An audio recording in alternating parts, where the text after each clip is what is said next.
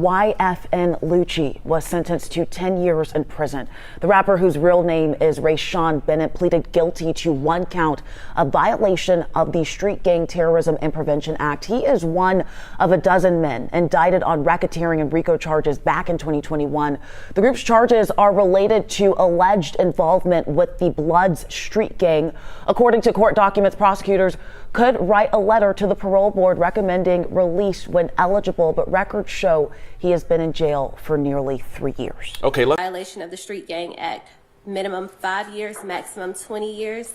Count 73, violation of the Street Gang Act, minimum 5 years, maximum 20 years. Count 76, violation of the Street Gang Act, minimum 5 years, maximum 20 years. Count 77, felony murder, that's minimum life, maximum life without the possibility of parole. Count 78, aggravated assault, that's minimum 1 year, maximum 20 years in custody.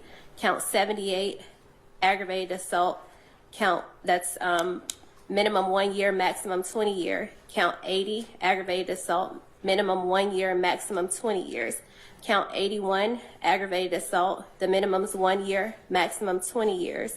Count 82, aggravated assault, the minimum's 1 year, maximum 20 years. Count 83, possession of a firearm during commission of a felony, that's 5 years consecutive.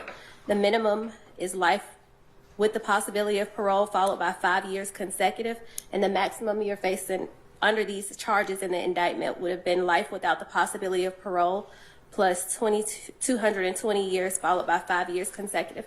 Do you understand that that's what you were initially charged with in the indictment? Yes. Do you understand that the state currently on probation, your probation may be revoked based on you entering a guilty plea? Yes.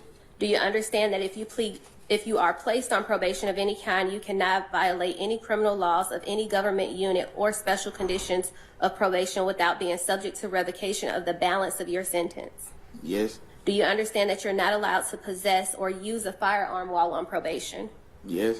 Do you understand that if you're not a U.S. citizen, a guilty plea conviction will affect your immigration status and will result in deportation, just like a conviction at trial would? And this is true regardless of any advice your attorneys has given you.